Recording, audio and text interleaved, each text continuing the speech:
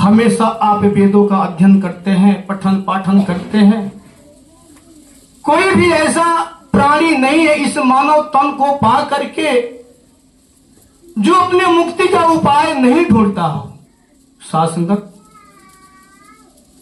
आपने सुना होगा कहीं भी अगर पूजा पाठ होती है तो एक मंत्र का उच्चारण होता है। उस मंत्र के द्वारा जो हमारे पंडित होते हैं उस भक्त को संदेश देते हैं। वो संदेश दास भी आज दे रहा है आप जी की नगरी में। ध्यान से सुनना। एक चित्त मन हो करके गुरु का अमर संदेश है और ये अमर संदेश जन जन तक पहुंचाना है। हर इंसान के झोपड़ी झोपड़ी खोपड़ी खोपड़ी तक पहुंचाना है। एक गुरु का शासन का हुक्म है। और ये साध संगत उस मंत्र को दास दोहरा रहा है कि अखंड मंडलाकारम व्याप्तम येन चराचरम तत्पदम दर्शितम येन तस्मै श्री गुरुवे नमः। पढ़ते हैं, सुनते हैं कि हम इस मंत्र का उच्चारण जो करते हैं समझ पाते हैं? नहीं समझ पाते साध संगत, क्योंकि ये संस्कृत की श्लोकें हैं साध संगत। और संस्कृत पढ़ने वाला ही संस्कृत समझता है। भोजपुरी बोलने वाले भोजपुरी समझ पाते हैं, इंग्लिश पढ़ने वाले इंग्लिश समझ जाते हैं।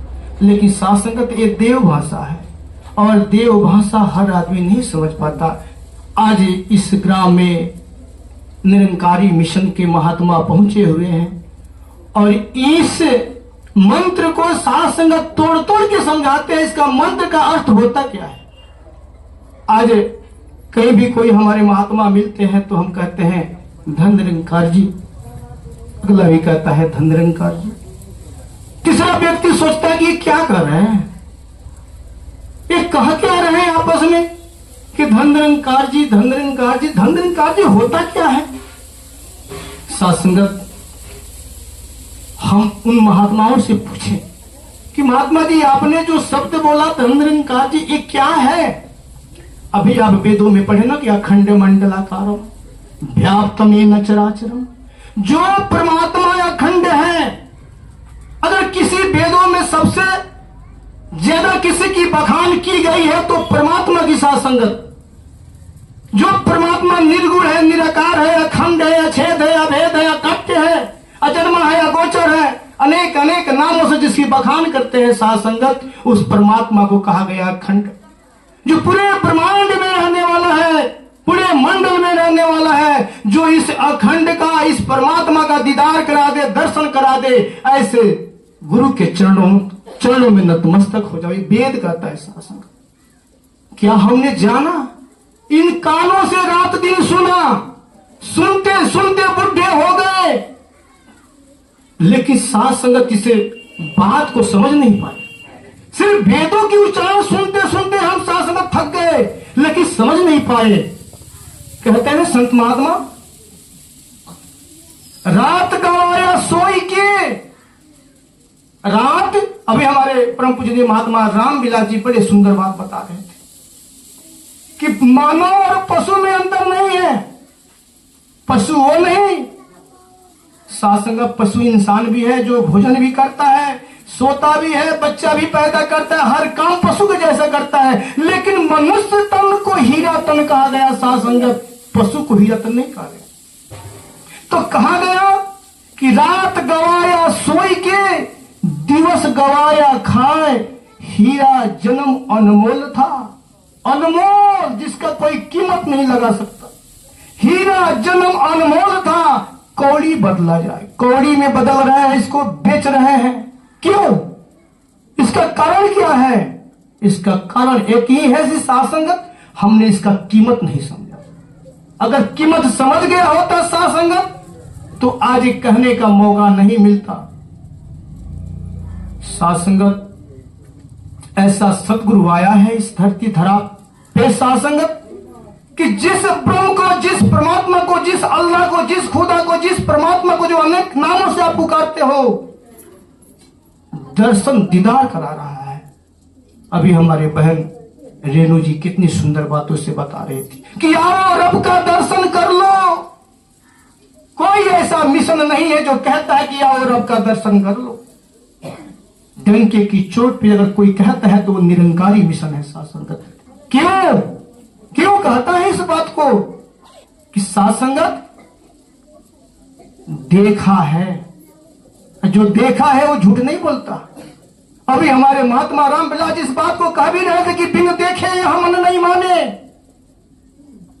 बिन देखे यह मन नहीं माने, बिन मन माने प्यार नहीं, प्यार बिना ना भक्ति होवे, बिन भक्ति नैया पार नहीं। अगर इस नैया को पार करना है शासन तो भक्ति करना है।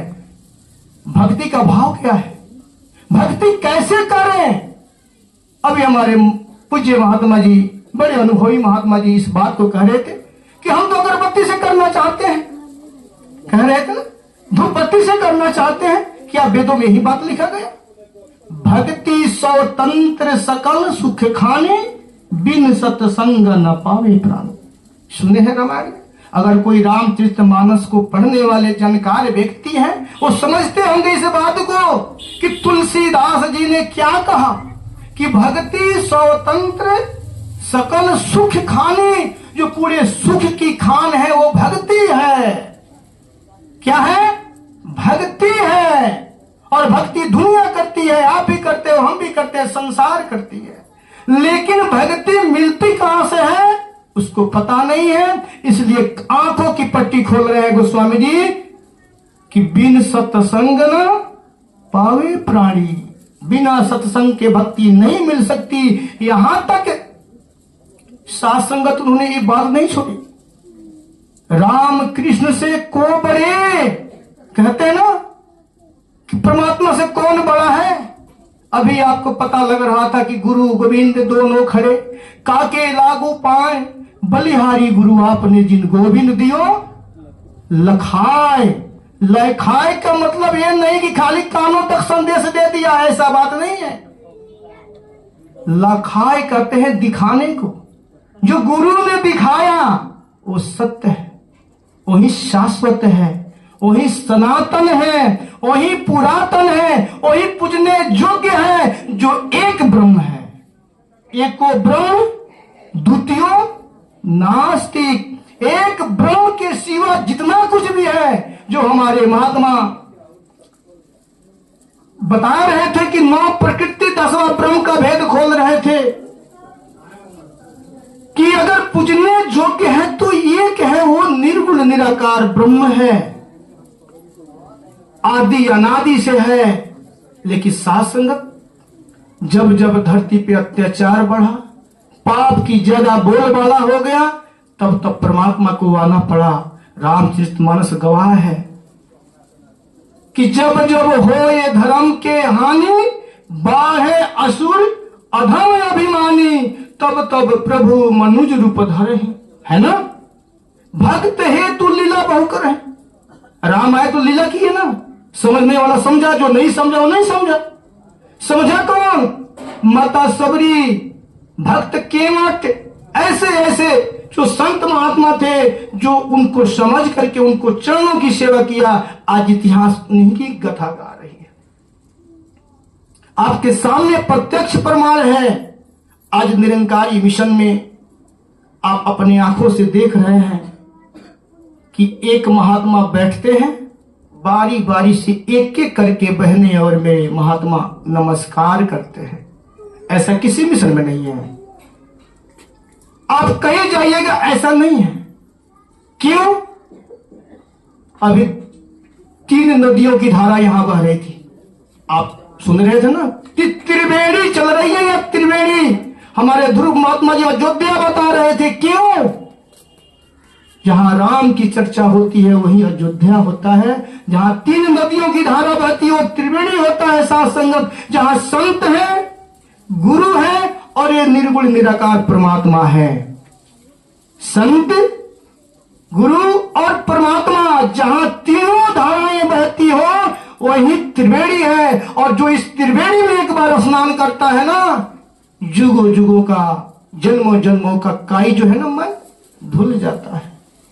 यही वो ब्रह्म ऋषियों का संगत है जो वेदों में बखान कही गई कि जहां ब्रह्म ऋषियों की संगत होती हो, सत्संग होती हो, जो उस संगत में बैठ करके गुरु की चर्चा को सुनता है उसका जीवन धन्य हो जाता है। सासंग जी रामचरितमानस में बड़ी सुंदर बात गोस्वामी जी ने कहा।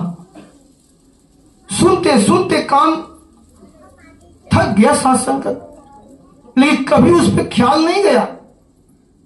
वेद को पढ़ते पढ़ते थक गए, लेकिन वेद की वाणी को समझ नहीं पाए। महात्मा आज आपके नगरी में इस बात का संदेश मैसेज देने आए हैं कि उठ जाग मुसाफिर भोर भयो। ये सुनहरा मौका हो गया तेरे जीवन में, भोर हो गया, उजाला आ गया, प्रकाश आ गया कि उठ जाग मुसाफिर भोर भयो। अब रैन कहां जो सोत है, जो सोत है वो खोत है, जो जागत है सो पावत है। ये जागने का वेला है, सोने की नहीं, सोने की नहीं, क्योंकि ये मनुष्य जन्म है। ये जन्म बार बार मिलता नहीं है। जिस जन्म को पाने के लिए देवता तरसते हैं, देवता जिस जन्म को पाने के लिए तरसते हैं वो जन्म कैसा होगा?